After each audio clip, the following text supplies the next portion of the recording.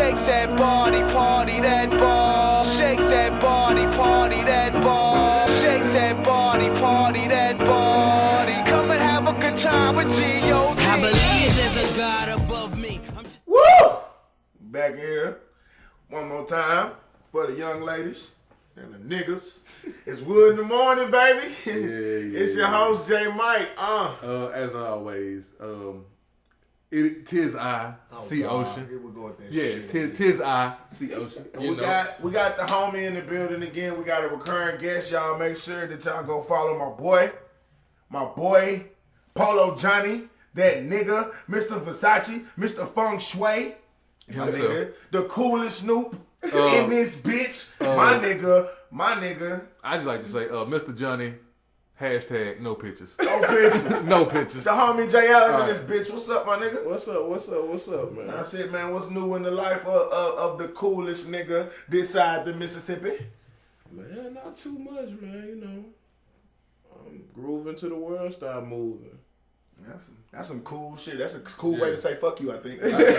You know, no need to tell us anything interesting, you know what I'm saying? Keep your secrets to yourself. I mean, you know, it's nothing just really too interesting, man. You know, I wake up, shit, I do me here. Like, Already. everybody across America do the same shit. Already. Hey, man, jumping this off.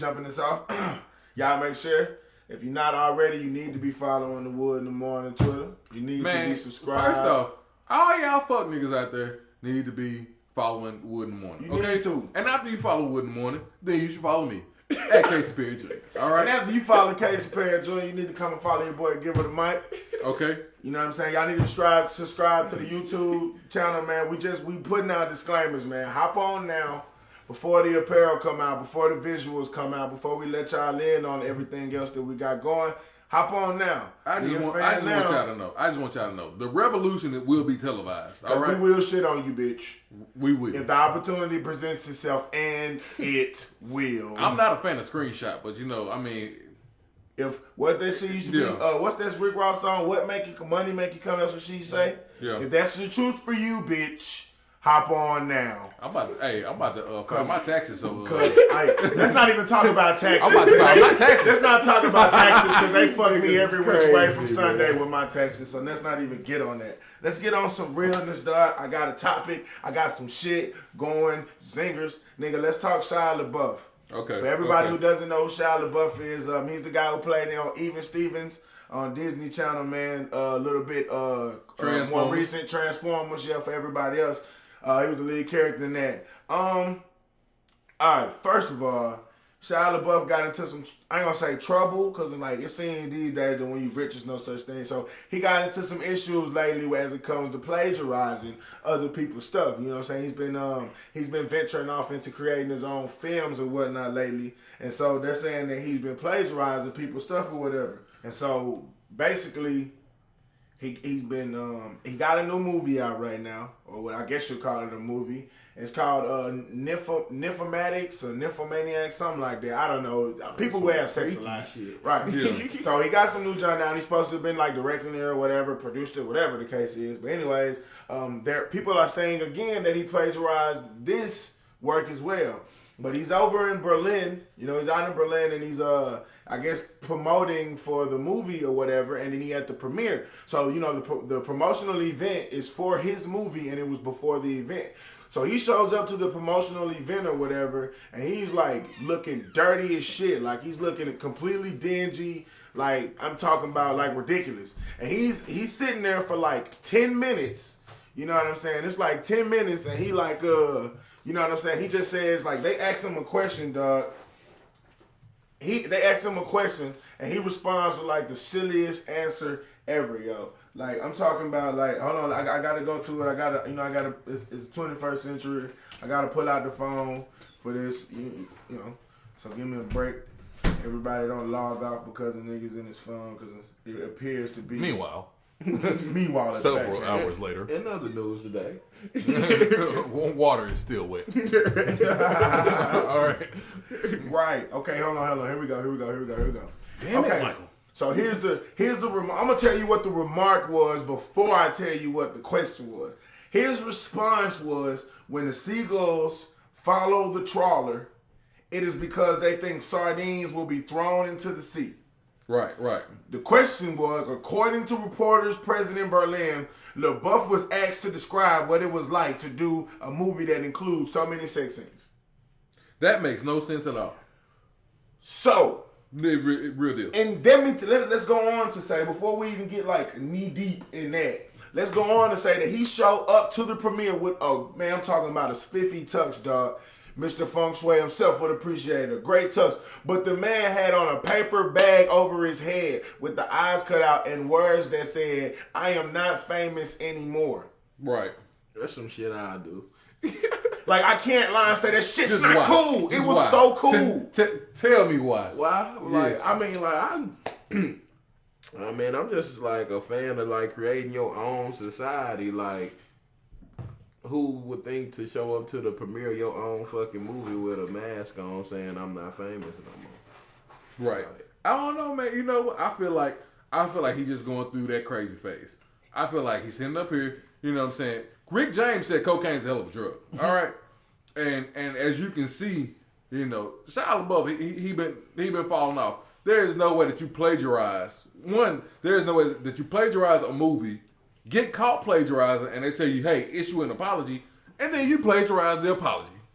On Twitter. Right. I feel like Shia LaBeouf will be like that one nigga in class that would literally like go online and he would like copy and paste from the whole book. See, I was that dude Yes. in class. But did you ever get caught though? No, I never. But got see, but caught. because you switched it up, Right. you switched some words But, up. You know, you dumbed it down a little bit. Either it was God or the teacher didn't give a fuck. You know? Let me- It this- might be the education. But this is my thought process, though. I kind of feel like what he's saying with the pepper bag thing might be that maybe people are taking the things that he's doing to the extreme because of the fact that he's famous.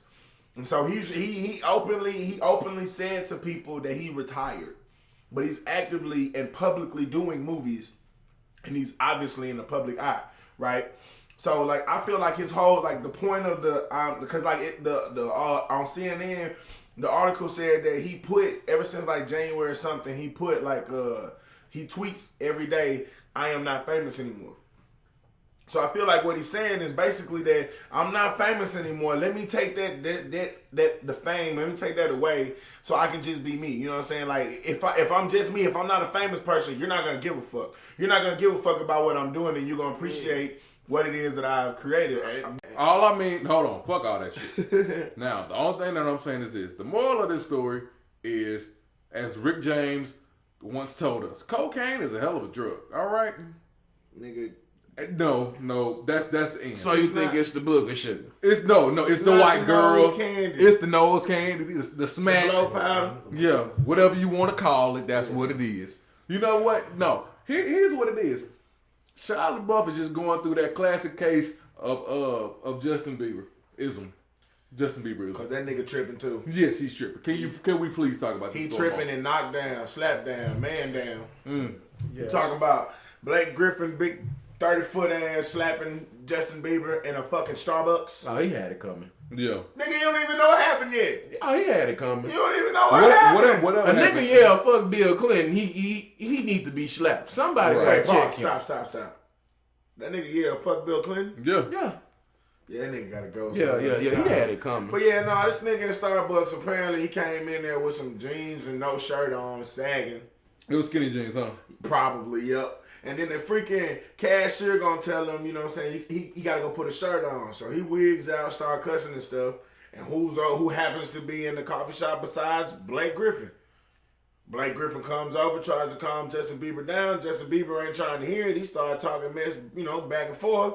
Apparently, Blake Griffin slapped this man so hard he fell to the floor. And witnesses say they saw Justin Bieber stumbling out of the store in tears.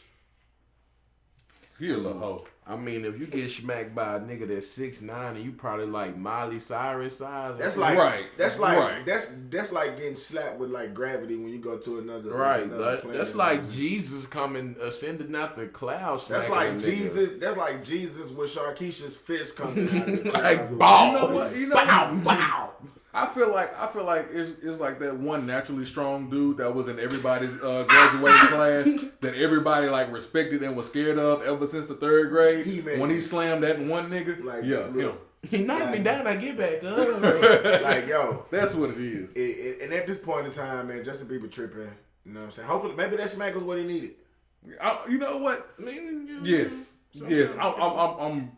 I don't think it's cool to be Blake Griffin size running around slapping little girls, but I mean, whatever. hey, no. See, Blake Griffin get a pass only because he curly haired and light skinned. Yeah, you're exactly right. I feel like Blake Griffin is like the NBA's Ben Roethlisberger. You know what? No, I feel like now, Blake Griffin is like the NBA's Mano. Sometimes you just gotta smack somebody. And you know, like, and that's what. what Mano said. He's like, Buddy was tripping and he needed to be checked, so he smacked him. I forgot. And it was like a father. It was Youngberg. It was like a fatherly smack, like, pow, you tripping, young nigga.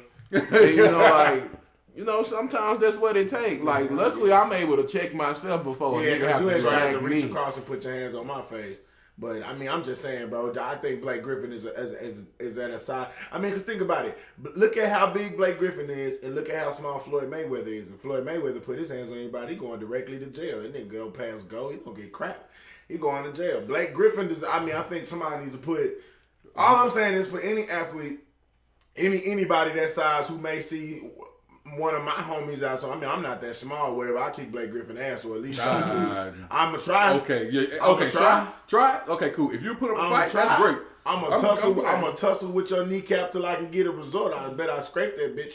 What I'm saying is, for somebody, think about one of the homies you got that's small or something. You think that big nigga. No, if somebody that big, you should not be allowed to put your damn hands on nobody that size. I'm just saying, bro. Yeah, he could have broke that nigga neck. I mean, yeah, you know, but like if he got aggressive and you know, like I wouldn't have smacked him. I would have thumped him on his forehead. Stop it, boy. No, I wouldn't. No, see, because if we've you thump already it, addressed that you're Dolomite of the crew. If you thump a fucking Justin Bieber, beat like up you ain't gonna do nothing to. Man, You I said would you kick would a beat kid a ass. kid's ass. Yes, I would You kick beat a up bro. women. I promise you. No, I don't say I beat You up. said I if said a woman hit you, you gonna beat that yes. bitch ass. By all means, Domestic we've violence. already You we've just got already aggression been through my issues. philosophy. No, we've already been through my philosophy aggression on issues. people putting their hands on me. I don't like people putting their hands on me. I don't like people touching me. I don't care. I don't Small think people children. should But it's the their fact, hands it's on the fact that nobody. anytime any situation even look like it's about to arise, you look like you're playing fucking double dutch, preparing to fucking scrap. Yes. I'm just saying, you got issues, dog. You need some counseling for that. No, fuck all that counseling bullshit. No, you Okay, need some the reason counseling. I'm saying this is because by all means, you shouldn't put your hands on anybody. I don't care how angry you get, you shouldn't put your hands on anybody. Me, I've been in situations where I was in the wrong and I put my hands on a couple niggas. All right, excuse me. Okay, and guess what? Whenever they swung back, then guess what happened? Then it was a fight. But I feel like as long as you don't put your hands on me, I won't put my hands on you. That's all I'm saying. And I feel like the moment that you wanna, you know, what I'm saying, you feel like you got the balls to put your hands on Casey, and hold on, and you kind of sizing me up. You like, oh, Casey, he kind of small, but y'all ain't know I've been in this gym though. You know what I'm saying? When I take that shirt off and you see them chest muscles jump. Yeah, it's on and popping, nigga. You gonna be making your chest jump while you're in the Yes, altercation? yes. What is he gay? So are you angry or are you just waiting on the altercation? No, I'm waiting on the altercation. I'm waiting. So you have a problem? No, I was just waiting. Nah, you know what? I got a mean testosterone build up. All right, because I ain't even getting how I need to. Lotion That's for that, all. sir. You know what? Sometimes you just need Release some some real tension. love. Can't That's nobody all. do you like you can do you. Hey, don't judge me. I'm telling Hey man, but listen, man. Let's talk about this, yo. Okay, so apparently I saw a little piece. Oh wait, first of all, wait a minute. We ain't gave the people no music, have we? Fuck that music. All right. Anyway, so I saw a piece on an article on CNN. Man, it was talking about it was about Hillary Clinton and Bill Clinton. It was like I guess I don't want to say it was about their relationship, but whatever. Apparently, Hillary Clinton had a friend who had documentations of conversations that they had together, and the lady passed away or whatever. But that conversation or whatever, those documents were found in 2010, and they're like slowly being, I guess, released or whatever. And I was looking at this article, and it was talking about some of the conversations. It actually spoke on Hillary's opinion in some ways towards Monica Lewinsky, and it wasn't a good opinion. and Hillary was taking responsibility for what happened in those words, you know, like in the documentation. Who knows what she actually said at the time, but in documentation she was quoted as saying like, you know, it's my fault, and you know, I should have been more this or that or whatever, you know what I'm saying? Like, so like then, and to me, it just renders strange to like look at all the success that I said sex. That's funny. Look at all the success that Bill Clinton has had over the years, you know, so or the Clinton their family or whatever, and it kind of makes you think like all we hear nowadays is about how niggas ain't shit, niggas ain't this, niggas ain't that, you know, and most of the time that's account of like one mistake or one, you know, negative action. And you look at his, I don't know if he was doing that a long time. Bill Clinton been a pervert for a minute. I mean, well, wait, what define pervert? I Looking mean, at like titties or like bitches? Because like, yeah, we Bill all Clinton perverts. just like, If that's you the know, case. Yeah. But I'm just saying that I'm saying that I don't know if they're happy or not. But if they are happy, then does that speak as like a role model situation for young women, or is that kind of like fuck Hillary Clinton? You know, we don't. I mean, care what she doing anyway. It's a fine line to judge because like you don't know if they're happy, and a lot of times, you know, like you got to look at it from a political standpoint. Like, are you really going to be the wife that divorced the president of the United States, knowing that you have a political career to consider yourself? Like, think about how hard it is for a woman to get elected in office, and how hard would it be for a woman who divorced the president to be elected in the office. So of course she gotta, you know, she had to put on her big girl drawers and like stand through it. But I admire Hillary because I think she's a strong woman anyway, and I think she could make it through that. I think so. So you feel like? Do you feel as if it all depends on the strength of a person, on whether or not they could? It definitely depends on like the strength of a person, like, you know, like, cause people have like this false perception of love, like love is just happy. I'm not gonna ever have to take a nigga back. I'm not gonna ever have to endure hard times in my relationship type shit. And actuality is not. Cause like I look at like, you know, my parents, and I look at my parents' parents, and I look at like I talk to like older couples, and they like, you love a motherfucker, it's gonna be some shit you have to put up with. Like this shit is not like what it look on the movies. And for them to still be together to this day, you know, like she a strong person. She must really love Bill. Right. I feel like it can happen. But yeah, I mean, I totally agree. You know, a lot of times we have this false perception. You know what I'm saying? Like, that's kind of like when somebody makes some food, right? And the food looks so good, and then when you eat it, it tastes like shit. And the reason it tastes like shit is because they didn't add any seasoning. You can't, you know what I mean? Like, that's something that you just can't tell, you know what I'm saying? So a lot of times people, they're so quick to look at movies, they're so quick to look at TV, they're so quick to look at, you know what I'm saying, interesting quotes on Instagram and Twitter, and think, well, that's how life is supposed to be. No, like, and like people always like be like, oh, love is so beautiful, man. Love is by far the most ugliest thing I have ever seen in my life. Man, because say that again. If you look at what, like, if you read the Bible and like read what the definition of love is, that's everything that you do not want to do. Like, who wants to put up with a person through fucking all of their bullshit? Always forgiving. Love is always kind.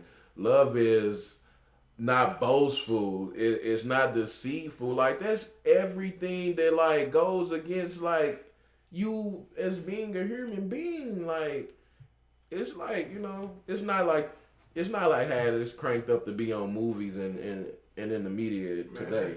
That's some profound. That's some profound knowledge. It's an ugly ass battlefield. Dick you stand? Huh? So she suck another nigga dick you stand? I mean, it depends on like what the circumstances Y'all want me to was be where I honest with y'all? could forgive her. I mean, shit, my girl, she sucked, my ex, she had sucked another nigga dick, and I kept. That's. I mean, but let's let it be known. Like, at the time, like, I had done some other ruthless Right, shit too. you know what I'm saying? Yeah. So I mean, So I just gotta ask this. I gotta ask this only because I'm the utmost curious. How was it like a tell all? No, Like, there was never a tell all. But for the most part, my business was already out there. So, you know, I mean, hey, but like, I was hearing things, and she never told me. I fucks with that. Give me some, cause that's how a real man tell all, bitch. No. No. I mean, Tell you nobody's about gonna ever like, man, my mama Shauna, like, she like one of the ladies who helped raise me. She always told me, she's like, Jonathan, you will be a fool to tell a woman anything, and she is a fool to tell you everything. She was like, you're not gonna ever know everything, so it's your job not to even worry about it. Not to Thank even you. care. Say that one more. You know what? I need you to tweet that, and I'm gonna retweet And that. this I got came you from got like to one of the that. women who raised me. That's real. And you know, like, she also like tell me, like, she was like, man, a lot of times you're gonna have to put up with shit when you dealing with people that you love. Like, what you gonna do? Like, you gonna lead a person you love to go out there and get with a motherfucker that you don't love, that you have to like start over with and try to build that connection? Yeah. You know, like, she used to just tell me, like, straight up, she's like, what, you gonna throw a whole car away over a flat tire, or you gonna just get another tire for the car and keep it pushing? Yeah, you know what? I understand that, but I mean, I feel like in certain situations, you know what I'm saying? Like, a lot of people, you know what I'm saying, they cry over a flat tire. But then, you know, you got some cars out there, you know what I'm saying? That just ain't worth it. Yeah, they just ain't worth putting in that much time and effort. Like, oh, it ain't nothing but but a couple flats, and you may need another alternator, and you know what I'm saying, sometimes just randomly cut off on you. Well then, hey, sometimes you just you gotta make the rational decisions. But like, when you know what I'm saying, when you see like people that's like really in love, like, once you in love, like, rational thoughts go out of the building.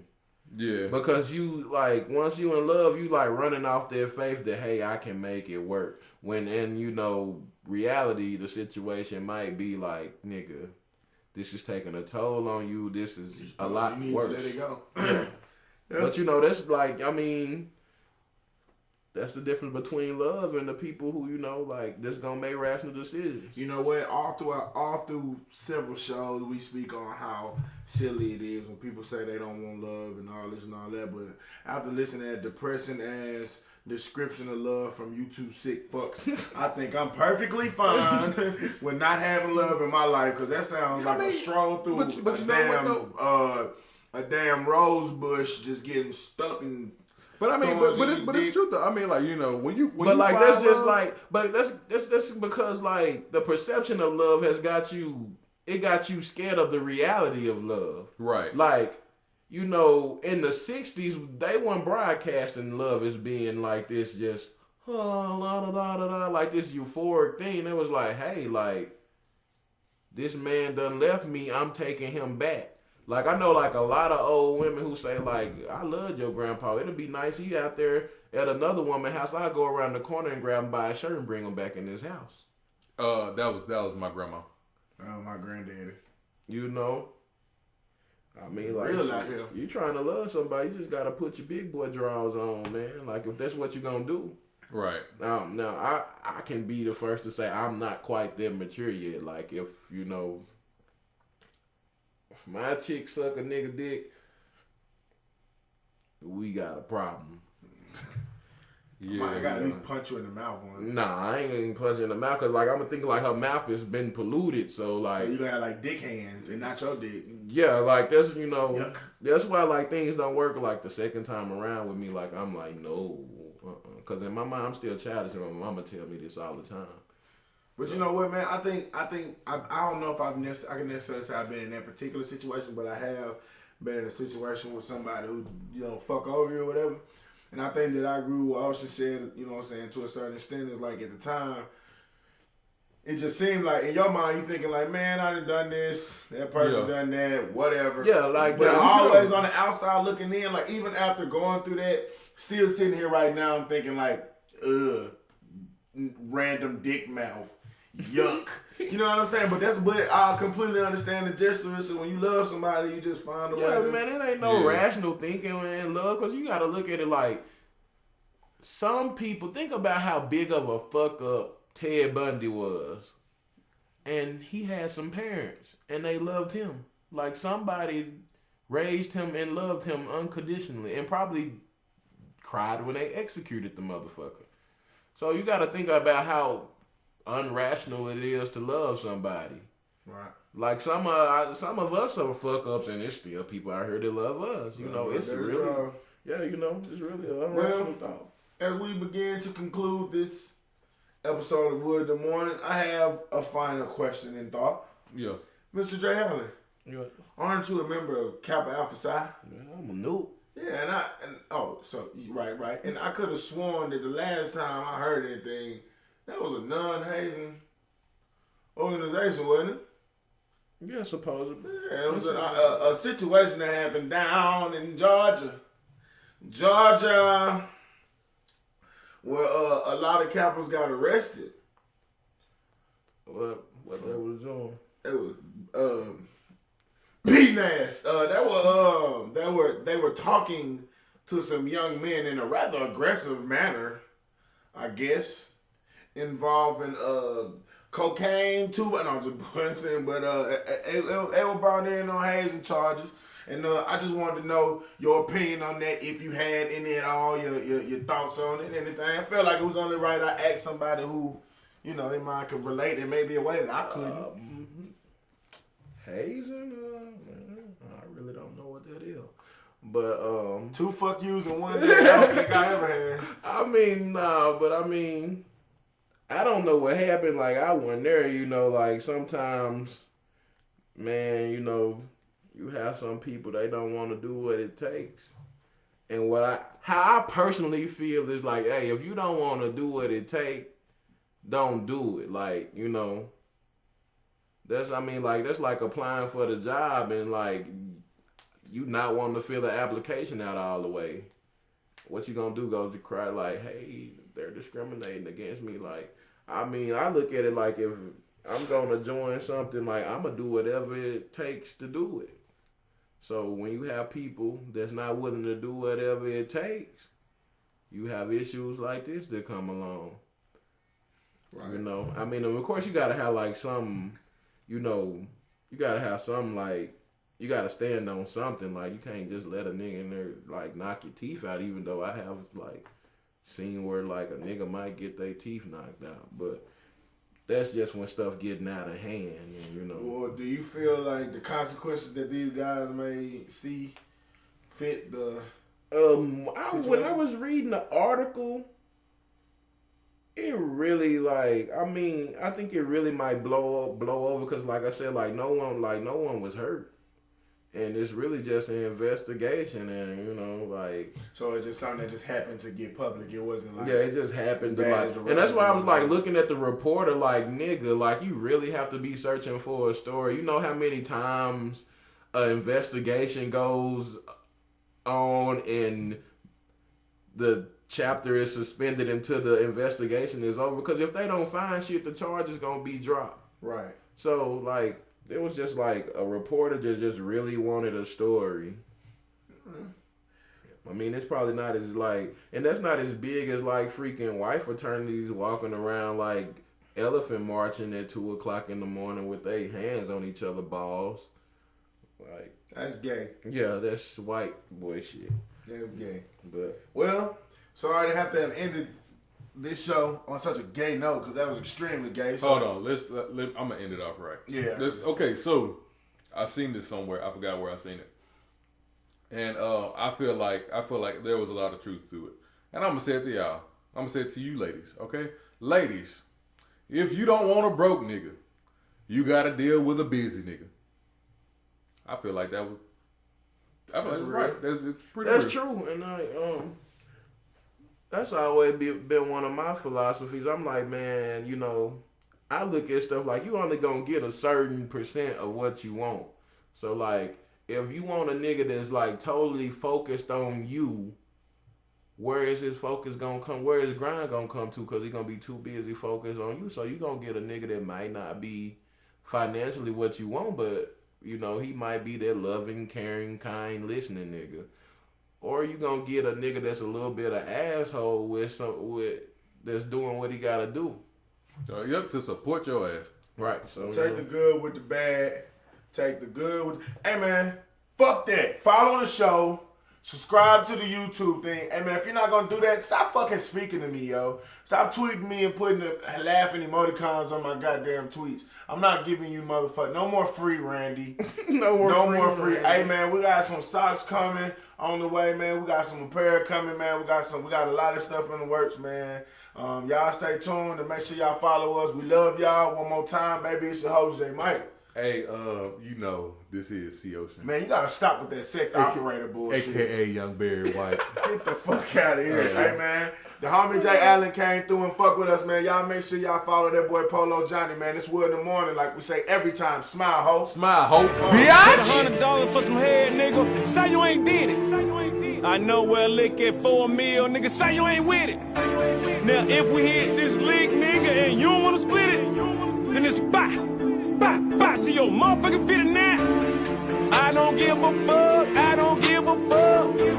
I pull up in that truck. I run that bitch over, call it truck fit. And yeah, I'm on my own. I'm screaming, fuck it. Fuck it, I'm whipping it crazy. I'm riding the board and I'm doing 180. My chain so heavy, my brain so deadly. Type of nigga by the watch and change the best. They ain't never seen me coming like this. Smoking on that gasoline and the fifth they need bigger lean for the trampoline. Cause all these bitches wanna do is jump on the dick. I hop over fence. I'm offended by codependence. Drink codeine for morning sickness. Your dad was a motherfucking snitch, so nigga, you were born a witness. All state, accident forgiveness. Say my name by accident. We acting ignorant, do the drive-by. Why you playing different? This that me time at the finest. You won't be here, see me whining. I am gangster like a Raiders cap with a Jerry curl on the side. I like thighs and breasts, I have them stressed. I don't even know where my phone at. Crib so motherfucking big, I don't even know where my room at. Whip so fast, they say that he go bad. Bitch so bad, man, I think she know. Took the 100 to a mil, man, I think they know. Jugging on the low, man, I think they know. I think they know. I think they know. I think they know. Hell yeah, I think they know. I think they know. I think they know. I think they know. I think they know. Hell yeah, I think they know. I think they know it. If they don't, then fuck it. I show it. Lower like you owe it. Order case of more. And all them get to going back to back and forth. All black like I'm morning. Got your bitch on and send her back in the morning. That money coming, trying to stack it enormous. You niggas pussy fucking right on your homies. I think they know it, they know it, they know it. I got a plate that's sitting around the corner. I got some bitches here from California. Got on my chains, I'm looking like a dope. Where these niggas don't want that, I put that on Yana. My Margiela to 100, my belt Ferragamo. Go to LA, meet the plug and katanas. And I'm still the king of my city, and they know it. And I paint pictures with these words. I'm a poet. And I drop the top of my whip, and we soaring. If you get a check, then I'm in it. If niggas ain't with it, then they get it started. And I'm gone. Whip so fast, they say that he go bad. Bitch so bad.